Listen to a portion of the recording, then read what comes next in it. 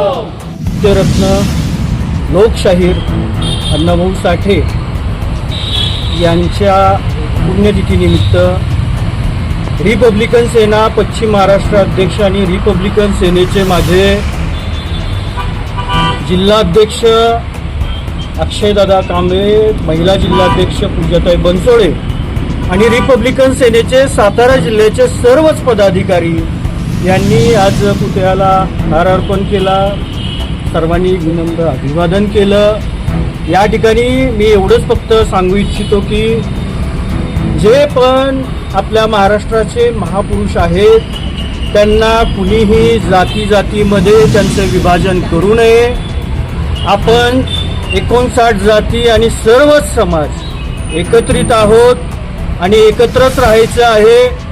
कुणी किती जरी जातीमध्ये फूट पाडण्याचा प्रयत्न केला तरी माझ्या तमाम मागासवर्गीय बांधवांना हात जोडून एवढीच विनंती आहे, परमपूज्य डॉक्टर बाबासाहेब आंबेडकरांनी दिलेलं संविधान, अण्णाभाऊ साठेने आपल्याला दिलेले जे विचार आहेत त्याचे आपण अनुयायी आहोत.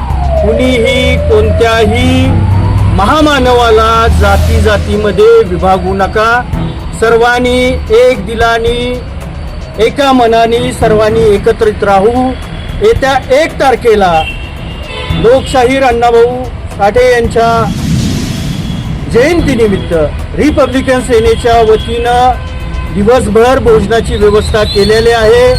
रात्री भव्य आणि दिव्य अशी मिरवणूक सातारा जिल्ह्याचे अध्यक्ष, आमचे दोन्ही अध्यक्ष या ठिकाणी काढणार आहेत आणि समाजाला एक वेगळा संदेश देणार आहेत की आम्ही सर्वजण एक आहोत.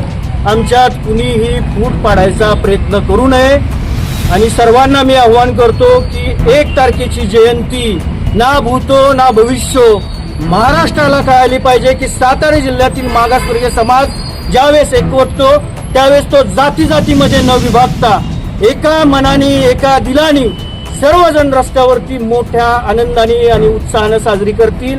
सर्वांनी सातारा शहरामध्ये त्या दिवशी मोठ्या संख्येने उपस्थित राहावे आणि आपल्या अण्णाभाऊंची जयंती सर्वांनी मोठ्या उत्साहात साजरी करावी. जय भीम, जय संविधान. मी समितीच्या मीटिंगला उपस्थित होतो. त्या ठिकाणी मी सर्व बांधवांना त्या ठिकाणी मार्गदर्शन केलं. कोणीही जातपात न बघता, कोणीही कोणता पक्ष न बघता सर्वांनी महामानवांच्या ज्या जयंती आहेत ते पक्ष बाजूला ठेवून पक्षविरहित आपण सगळ्यांनी एकत्र एका समाजाचे आहोत म्हणून एकत्र येऊन साजऱ्या करायच्या आहेत. त्यामुळं असं काही नाही मी कुठल्या मीटिंगला नव्हतो किंवा माझा अजेंडा वेगळा आहे. मी माझ्या समाज बांधवांबरोबर आहे आणि आमचा पूर्ण समाज हा बाबासाहेबांना अण्णाभाऊंना मानतो.